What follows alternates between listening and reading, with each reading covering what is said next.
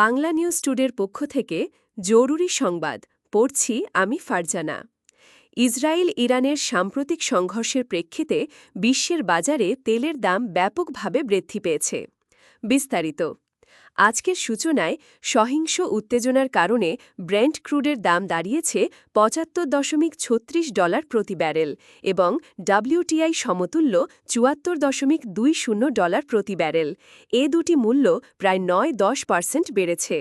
বিশেষজ্ঞরা বলছেন, মধ্যপ্রাচ্যে উত্তেজনা বৃদ্ধি পাওয়ায় সরবরাহ ঝুঁকি তৈরি হয়েছে, যার ফলে তেলের দাম এই মুহূর্তে বিশ্বব্যাপী প্রিমিয়ামে উঠেছে। বিশ্বজুড়ে বিনিয়োগকারীরা নিরাপদ আশ্রয়ে সরে যাচ্ছেন। সোনার দাম ও সুইস ফ্র্যাঙ্কের দরও বৃদ্ধি পেয়েছে, যখন শেয়ার বাজারে ব্যাপক পতন ঘটেছে। ভারতের রুপিও দুর্বল হয়ে পড়েছে, রিজার্ভ ব্যাংক হস্তক্ষেপ করেছে। সম্ভাব্যতা রয়েছে ইরান হরমুজ প্রবাহ বন্ধ করে দিতে পারে, যাতে তেলের আমদানি আরও কঠিন হয়ে উঠতে পারে। এই ছিল বর্তমান তেল বাজারের জরুরি আপডেট। আপনি যাতে সবসময় আপডেট পান, তাই সাবস্ক্রাইব করুন বাংলা নিউজ টুডে এবং এই জরুরিভাবে ভিডিওটি শেয়ার করুন। আপনি দেখছেন বাংলা নিউজ টুডে, সত্য নিরপেক্ষ সংবাদ।